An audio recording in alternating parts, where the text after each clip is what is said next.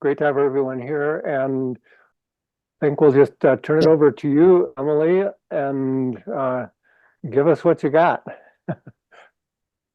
Thanks so much, John. It's really nice to talk with y'all tonight. And despite California being in the name of the organization I technically work for, I'm based in Ohio. So you will see it gradually getting darker and darker behind me as it's almost 9 o'clock here. And I'll switch to a little bit of a PowerPoint in a bit so you don't have to see a glowing white face with a black background. But you guys are really making me feel spoiled because it was almost 80 degrees and sunny here in central Ohio today. So very different in terms of weather, that's for sure. But we have had terrible rain and we had a tornado warning last night, and we have had more tornado warnings already this spring than I can ever remember in my lifetime. So it's definitely a lot of crazy weather going on, that's for sure. Um, so just let me go ahead and share my screen here for a minute, just for a few minutes here.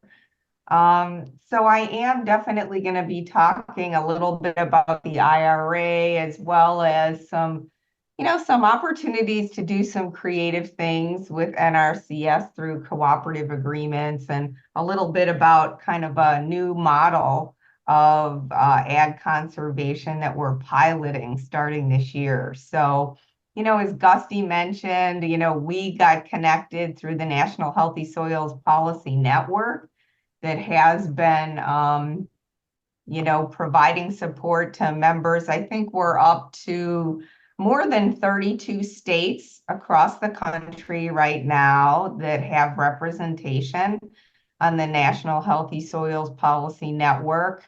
And it's providing support to our member organizations like the Northern Plains Resource Council, not just in developing campaigns and passing healthy soils legislation, but also in expanding capacity of organizations so that as they support producers looking to become more climate resilient, they have the resources they need.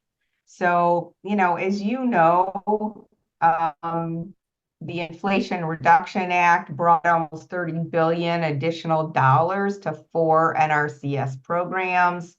I'm sure you're familiar with these, but just to go over them super briefly: EQIP, addressing problems or resource concerns; conservation stewardship, paying producers to implement, maintain, and build upon conservation practices, or more kind of whole farm planning; the relatively regional conservation partnership program; and the agricultural conservation easement program.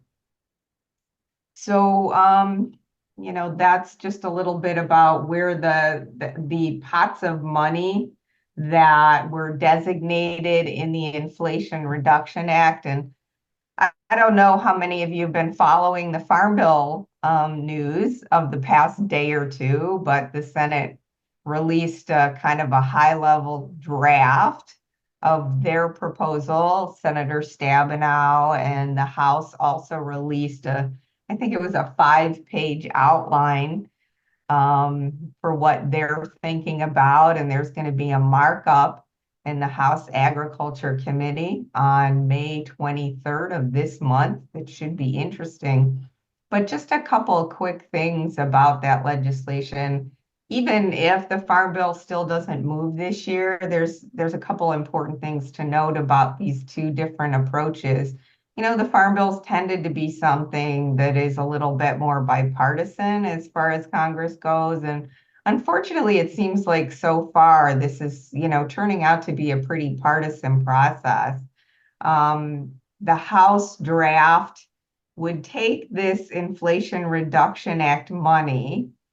They would, after I think a lot of pressure, they relented and said they'll keep it in the conservation title, but they'll remove what we call the climate guardrails, which emphasize those climate-friendly practices that need to be prioritized with IRA funding. And it would also pull the money away from some of these 4 programs and put them into other things. while the Senate draft basically protects all of the funding in these 4 programs with the climate guardrails and would put it into what they call Farm Bill baseline, which just means it would become a permanent part of the Farm Bill for, the years that remains the kind of legal framework for USDA planning. So that's just a little bit of an update from like a Farm Bill side on where we're at with the Inflation Reduction Act and keeping the kind of climate focus and keeping it nested within these 4 specific programs. But by the end of September of 2024, we will still have almost $3 billion of IRA funding left to be allocated in the Conservation Stewardship Program, and about $6.5 billion remaining to be allocated in the Environmental Quality Incentives Program. And those are the 2 programs that we're most focused on, those working lands programs. And there's a lot that can be done with the working lands programs with the Regional Conservation Partnership Program, but that's definitely, funded intermediaries to kind of do that conservation work. So almost half of what was designated for these 4 programs is still going to be available at the end of this year. So there's still a lot of opportunity to get this money out to producers and to kind of a little bit more non-traditional producers. I just wanted to give a really quick snapshot. Obviously, we don't have the statistics for fiscal year 2024 yet because it doesn't end until the end of September. But if you look at the statistics for Montana from the fiscal year 2024, there were 30 CSP applications funded for a total of close to $5 million. There were 32 EQIP applications for, God, I'm sorry. The numbers get this big and they kind of blow my mind. It's more in it's around the $3 million range. So I just have to say, I kind of wanted to reality check this with you all on the call. It's not very common for states to have more CSP applications than EQIP applications. Does anybody want to speak to that? Yeah, no, I'd love to talk to our state director about the CSP. There's in the different circles I'm in that are working the Farm Bill and people who are trying to get this out on the ground, sometimes just saying that you have those programs and there's that much money, when you actually get into the details and the people who are doing on this, there's sometimes a little more complications than one might think. And then when you said 37 EQIP applications for $3 billion, that probably doesn't line up. The most you could get in an EQIP application is $450,000. Yeah, I don't think that $3 billion's probably correct, but it's almost 3 million. It's 2.8 million. $3 million. Okay. Sorry if I said that wrong. Yeah. Oh, then that might be right. Yeah.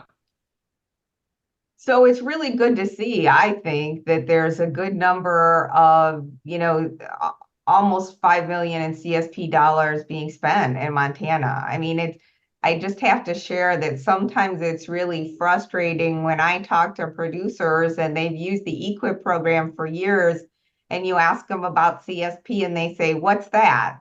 So a lot of folks aren't familiar with CSP, and it's such an important program for building on conservation and really doing that kind of whole farm conservation planning.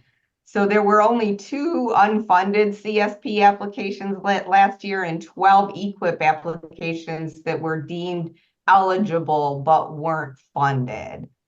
So, to me, that just shows that, there isn't a ton of wiggle room. One of the things I wanted to get for you that I don't have at the tip of my fingers, but I'll try and get it in the chat before we finish, is that the National Sustainable Agriculture Coalition published a blog today that's really interesting because it basically shows that even with all of this additional IRA funding, there's still a huge backlog, right? I mean, people thought it would be hard for, number one, for NRCS to get this money out the door, and that, you know, it would be hard to spend all that money. And what we're seeing so far is that that's not the case.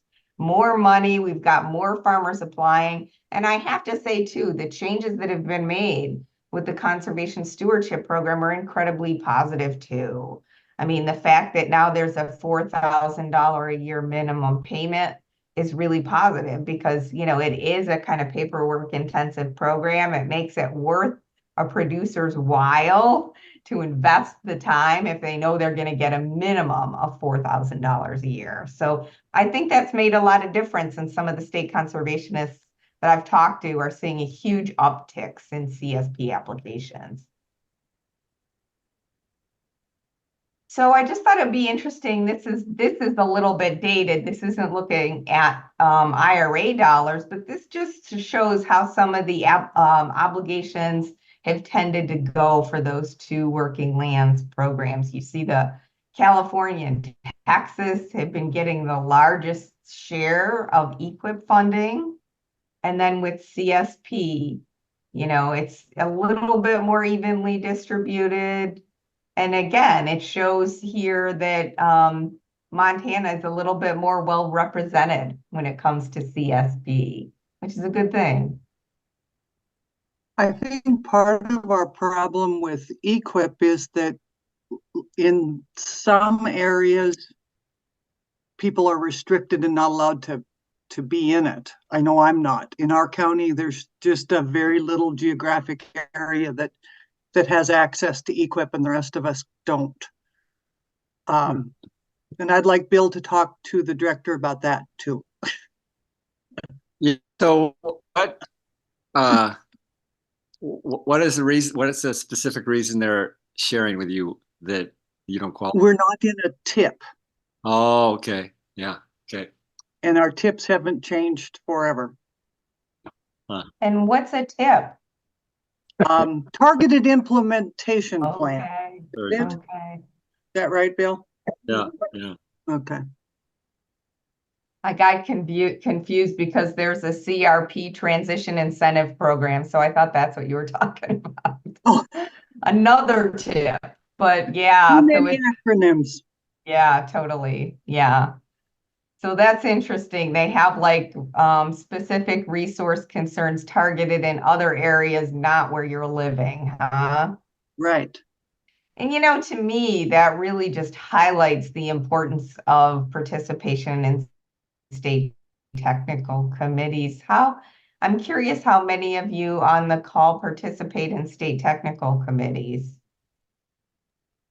I at believe NRCS. it's just John and myself who have been to one. Maybe Bill too. I don't know. I haven't been recent. You're talking about the state technical committee, correct? Yep. Yeah. And actually, I haven't, but you're absolutely right. It's a surprise. There's surprising how many people don't appreciate that I've learned in the last year of the importance of actually showing up and how few people actually show up. And which underscores, you know, there really is, just despite the amount of contracts you've described there, there's really a lot of education needed for people to really understand the farm program and how all these things work. And certainly looking at the recent the stuff they just released, and you actually go through the entire House bill and all the different provisions. I mean, it's amazing, but it's vast, and I think very few people really understand what's on the table. Sure, sure. Yeah. Yeah, you're absolutely correct about that. The last thing that I have on the screen here, and then I'll turn this thing off, is that this is the practice list of all of the things that can be included and funded with IRA dollars throughout the life of the Inflation Reduction Act. It's pretty long, but there are a number of soil health practices. One of my reasons for showing you this climate smart ag and forestry practice list, is because, this has changed from fiscal year 24 to fiscal year 25 or 23 to 24, and it's going to change again before fiscal year 25. So, there are some things on this list that many of us think shouldn't be on here.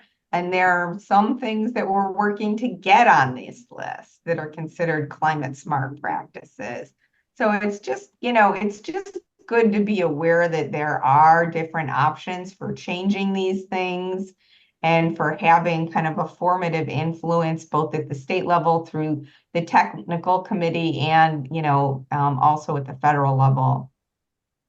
So, just one of the other things I wanted to let you know is that the National Healthy Soils Policy Network has been working with NRCS and private foundations and pulling together some financial resources to support additional staff at organizations that can provide outreach, engagement, and help producers navigate the NRCS process, identify and remove some of the barriers they face, and provide other types of support. We're currently piloting this project in the Midwest this year, but we are going to be looking at expanding it to other parts of the country soon. So, it's kind of an exciting project. It's great that we've got some commitment both from NRCS and from some philanthropic partners who see the opportunity to really support rural communities and to help farmers to be part of the solution when it comes to climate change. So it's something we really hope can grow. But in the meantime, I just wanted to share that there's other things that, you can even do on the state level to advance your work. And that's through state level cooperative agreements. We have been working with many organizations and really, again, trying to foster more relationship development with state NRCS offices and securing these state level cooperative agreements.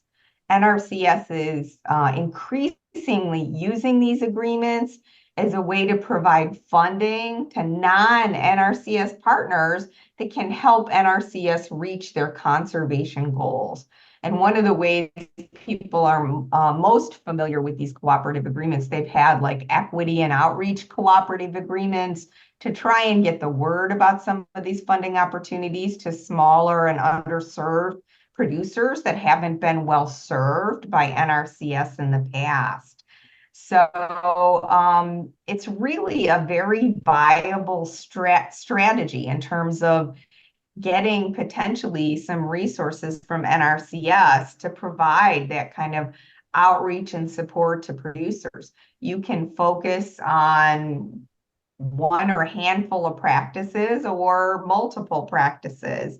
But I think, the core of it is really having the kind of relationship with your state NRCS office where they see you as a trusted partner and they know that you might have the ability to help them maybe reach new customers that they haven't been able to reach in the past.